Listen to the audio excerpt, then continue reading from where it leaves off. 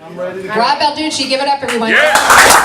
So I want to thank GTR Store, Steve Pisani, and everyone for having us out, and IBANEZ Guitars for having this event. Really cool guitars. Huh? Come on, look at all the guitars on the wall. I think I want to have them lock me in here so I could take them all when they leave. But I'm a big fan of IBANEZ guitars. I've been going to an IBANEZ now. It's actually over 20 years, if you believe that. So I'm sort of aging myself. I started when I was 5. But I really do love the guitars. You can see the tone on the guitars are really nice, and you can see the different styles. You know, Angel, a big hand for Angel. He's a lot heavier than I am, but you notice how he's still using an IBANEZ guitar. The kind of music that I do, it fits as well. So it says a lot about the brand that it can cover a wide range of musical styles, which I think is a really cool thing. A lot of other guitars really cannot do that if you think about it.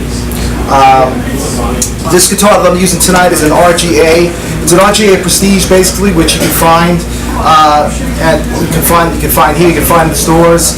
And I really like this guitar because if you notice, it has like a little bit of they call it A for arch top, so it's got a nice feel to it.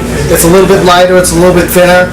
I like the maple fretboards, and another cool thing about IBANEZ is they didn't make much maple fretboard guitars, and with the internet now, they actually pay attention to customers that actually request it. A lot of people requested the maple necks, and if you notice, a lot of the models now do have maple necks, which is a really cool thing.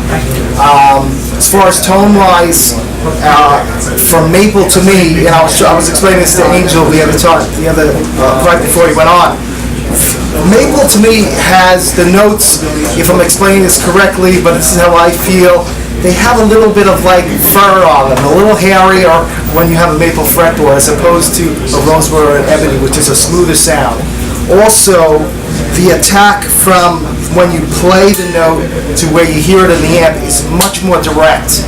As opposed to something else, and this is starting to get really technical and crazy, but there is a feeling about that. So it's definitely cool to experiment with different woods and different guitars. This is a Swamp Ash guitar, which has a little bit more high end, but also has mid and low end. It's a good combination of everything, and I like the way it sounds. You can notice that the sustain is really great on it. I am using the Tube Screamer here, which they raffled off. This is a different version of it. It's a hand-wired, which I really like as well. Any questions about the guitars and equipment before we move on? Pickups. Pickups? These are DiMarzios, Steve Special, and I think this is a Pro Track. The Steve Special is one of the only pickups that DiMarzio makes that if you actually turn it, put it in opposite, it has a different effect. So this is in the opposite way, and it sort of gives you a little bit more bassier, a little warmer of a tone. So it's something cool to check out. It's my favorite pickup.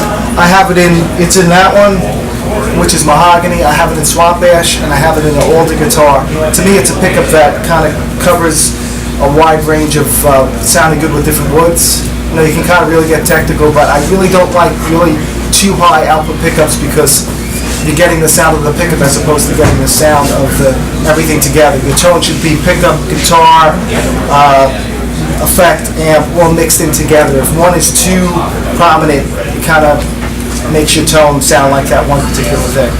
Make sense? Anything else? We're going to keep going. I'll play some more stuff. I don't know if you guys got some handouts, but I gave you guys some handouts, so we'll talk a little bit about that stuff in a little bit. How does it sound, by the way? Making Oh, it's always great.